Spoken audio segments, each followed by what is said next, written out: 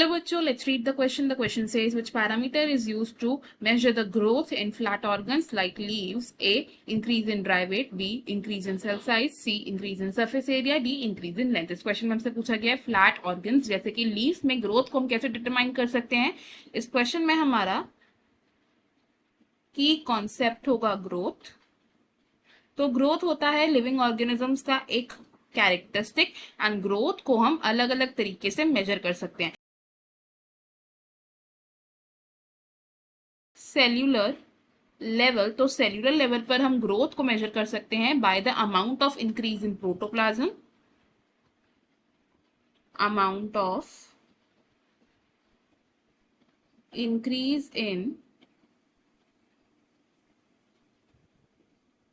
Protoplasm. लेकिन protoplasm का amount major करना एक डिफिकल्ट टास्क है, तो इसलिए हम डिफरेंट पैरामीटर्स को यूज करते हैं फॉर मेजरिंग द ग्रोथ, जैसे कि increase in dry weight, increase in fresh weight, increase in cell size,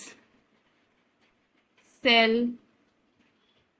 number, increase of surface area, increase of length, etcetera. अगर हम बात करें एक फ्लैट ऑर्गन जैसे कि एक लीफ की, तो एक लीफ की ग्रोथ को हम मेजर कर सकते हैं by the amount of increase in surface area. तो यहाँ हमने क्या ड्रॉ किया, दो फिगर्स ड्रॉ की जिसमें there is A and it is B.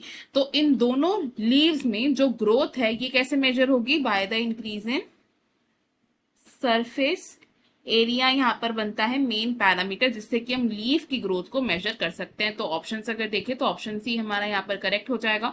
Option A wrong है बिकॉज ड्राई वेट को हम यूज करते हैं for measuring the growth usually in seeds. Option B भी रॉन्ग होगा बिकॉज सेल साइज पैरामीटर को हम यूज करते हैं इन डिफरेंट फ्रूट्स जिनमें वाटर कंटेंट बहुत ज्यादा हो, for example watermelon. And option D भी रॉन्ग होगा बिकॉज पोलन ट्यूब की ग्रोथ को हम डिटरमाइन करते हैं by the increase in its length.